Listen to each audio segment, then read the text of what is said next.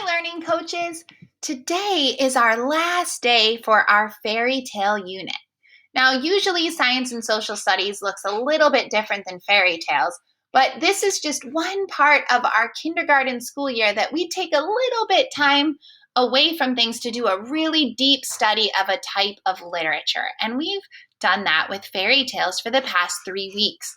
So, what I would like you to do instead of our science and social studies lesson today, because that science lesson, we did do changes at the beginning of the week in our NOVA lessons with Dr. Algie. So there are definitely still some science elements of our week.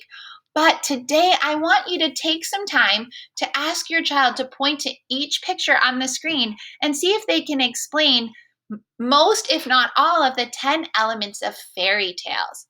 So go ahead and stop the video and let your child look at these visuals and see if they remember some of the elements of fairy tales so that you can have a discussion about fairy tales and what are some of the things that we notice. Some things to look out for your child when they're describing is we're really looking for students to use that word setting.